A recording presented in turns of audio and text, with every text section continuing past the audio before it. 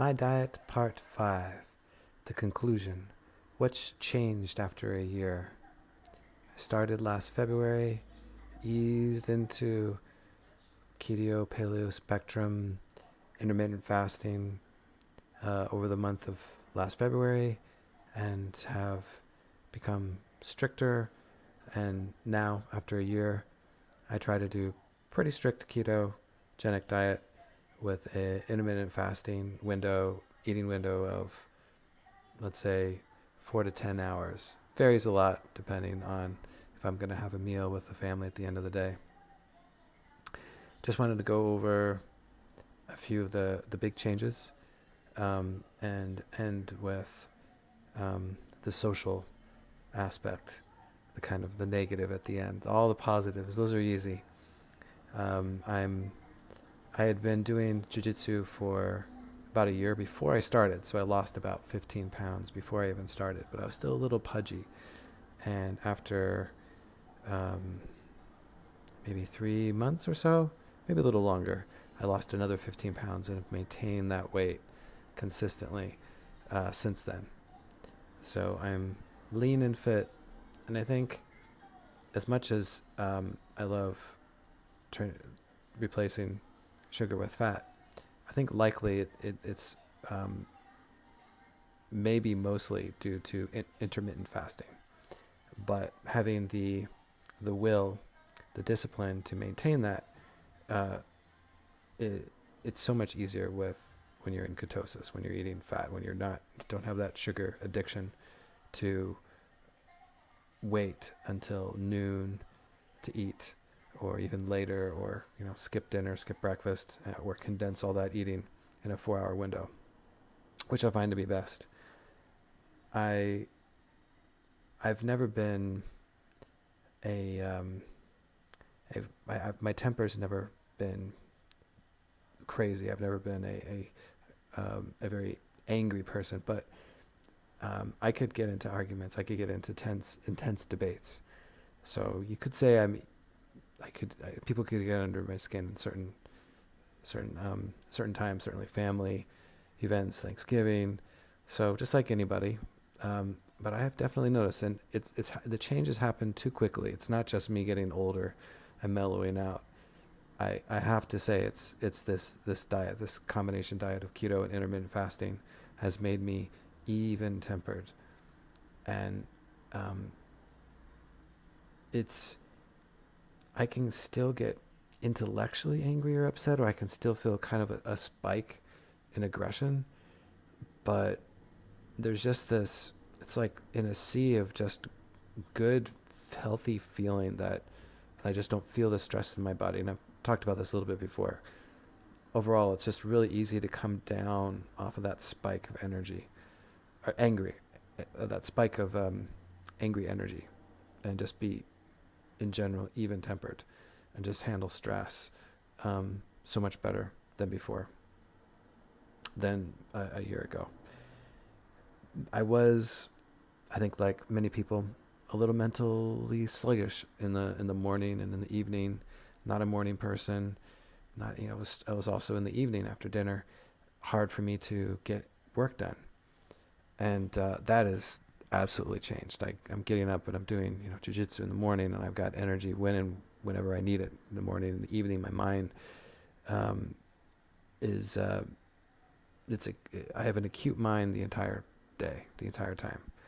Um, that was the main reason that I started the fat diet. And I'd say intermittent fasting, the main reason was reduction in inflammation. I put that in with being fit as well. Um, and just I was a slave to sugar. And I didn't have control over what and when I ate, and now I do. So control would be another thing. Just it's never a struggle to resist those bag of chips. It's not a requirement. It's not a craving. So just when I go shopping, I don't have these impulsive buys. Or at home, I don't just feel like I need to constantly snack, and it's I do what I think is best. What I listen to my body. So overall, from a year ago to now, just control. And last, I'd say socially, I was eating out more. That's like eating is this great excuse. Eating and drinking is a great excuse to be social. And I just don't have that desire. There's nothing that a restaurant offers me anymore, really, or a cafe. So that's, I'm a bit of a pariah, I'd say, because of this. More so, maybe. So that's what I need. I need to work on. I need to be a little more comfortable with my diet. I definitely have is that the right word? Metabolic flexibility. So if I break from my diet and have something sugar-based, I recover pretty quick. And I think when it's the other way around, when you're sugar-based, then you have a bunch of fat. Like, it's more of a negative impact. So with a fat-based diet, if you want to try out that piece of pie, let's say once a week, people talk about cheat days or a cheat meal. I think that's kind of the idea.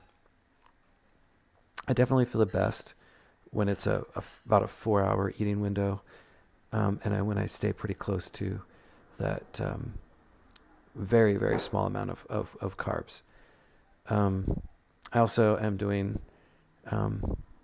my probably my one and only jiu-jitsu tournament at the end of March, and I might want to lose a little weight to make sure that I hit that 155.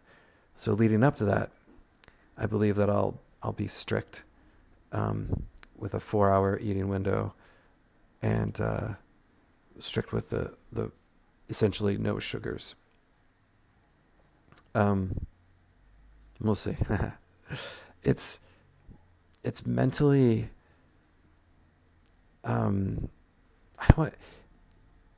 I think if I had people around me with a similar diet, it would be mentally a lot easier.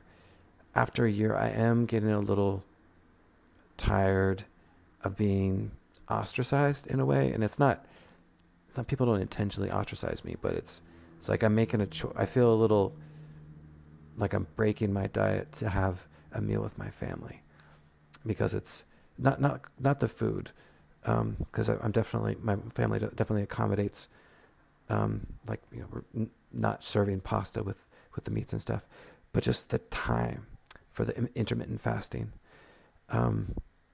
So it's a balance, and I think that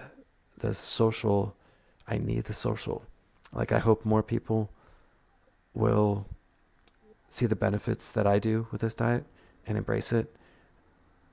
But it's the toughest one, the toughest cost, I think. And I had a video just about costs.